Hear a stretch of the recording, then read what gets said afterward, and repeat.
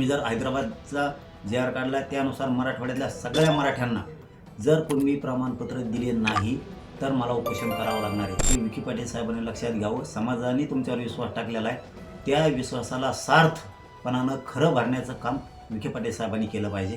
कारण समाज कधीच विश्वास टाकत नाही. आम्हाला वेळच दिला नाही. तुम्हाला आता फेब्रुवारी, मार्च, एप्रिल, मे इतके महिने वेळ आहे. मी जूनला उपोषण सुरू करणार आहे, ते एकाही मंत्र्याला जवळ येऊ देणार नाही.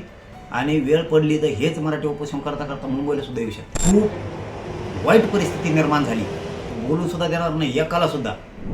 सरकार विनाकारण जर वाटोळ करणार असलं तर मी ऐकणार नाही. आणि तिथून पुढे सांगतो, एकाही मंत्र्याचं ऐकून सुद्धा घेणार नाही. हे विखे पाटील साहेबांनी लक्षात घ्यावं. समाजाने तुमच्यावर विश्वास टाकलेला आहे, त्या विश्वासाला सार्थपणानं खरं भरण्याचं काम विखे पाटील साहेबांनी केलं पाहिजे. कारण समाज कधीच विश्वास टाकत नाही. इतका विश्वास विखे पाटील साहेबांवरती लोकांनी टाकला की लोकांना वाटतं विखे पाटील साहेब मराठ्यांना नक्की गरिबांना न्याय देणार.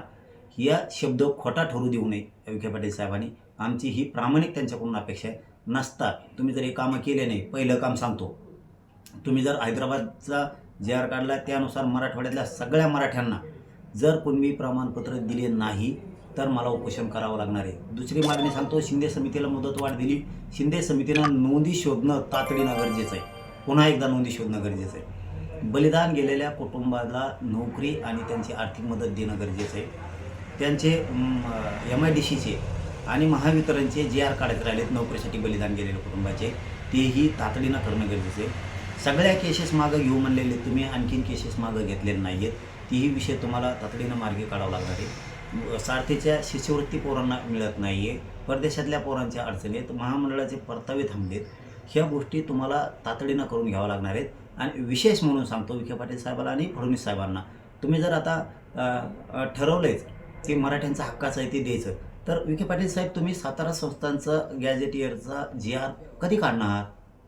किती दिवस थांबायचा? मी 6 महिने झालं थांबतोय. हे बघा, माझी सहनशीलता संपू देऊ नका.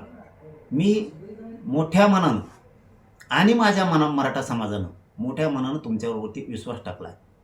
मग जर ह्या गोरगरिबांनी तुम्हाला सत्तेवर बसवलं आहे मराठ्यांनी, आणि तुम्ही कोणाचं तरी मराठ्यांच्या विरोधकाचं ऐकून तुम्ही मराठ्यांना आरक्षण नाही देणार, म्हणजे सत्तेवर बसवणार मराठा, गरीब मराठा तुम्हाला, तुम्ही आनंद सुखी समाधानी राहणार गरीब मराठ्यांच्या जीवावरती, सत्ता भोगणार गरीब मराठ्यांच्या मतावरती, आणि तुम्ही ऐकणार मराठ्यांच्या आरक्षणाला विरोध करणारच. ही कोणती दुटोपी भूमिका आहे? पश्चिम महाराष्ट्रातला सातारा संस्थान, कोल्हापूरचं गॅझेटियरचं, पुणे औंधचं गॅझेटियरचं GR काढून आहे ना आमच्या हक्काचं तर देऊन टाकणे. तुम्ही सगळ्याचेच मनं धरणार. तुम्हाला मराठा पण पाहिजे पक्ष वाढवायला, सत्तेसाठी. तुम्हाला मराठ्याच्या आरक्षणाला विरोध करणारा पण पाहिजे.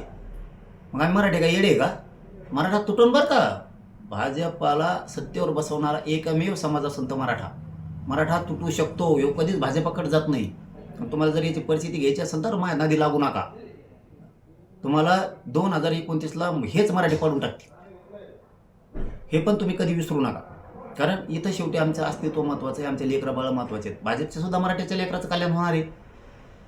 काँग्रेस, राष्ट्रवादी, शिवसेनेच्या मराठ्याचं कल्याण होणार आहे. शेतकरी मराठ्यांचं कल्याण होणार आहे. व्यावसायिक मराठ्यांचं कल्याण होणार आहे. उद्योगच्या व्यवसायातल्या असणाऱ्या मराठ्यांचं, व्यापाऱ्या मराठ्यांचं कल्याण होणार आहे. याच्यात नोकऱ्या करणाऱ्या मराठ्यांचं कल्याण होणार आहे. याच्यात सगळ्यांचं कल्याण होणार आहे.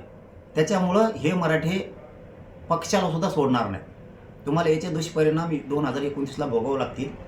हे मी तुम्हाला जाहीरपणानं सांगतो. तुम्ही जर या मागण्या आता तातडीनं परत म्हणताल की आम्हाला वेळच दिला नाही, तुम्हाला आता फेब्रुवारी, मार्च, एप्रिल, मे इतके महिने वेळ आहे.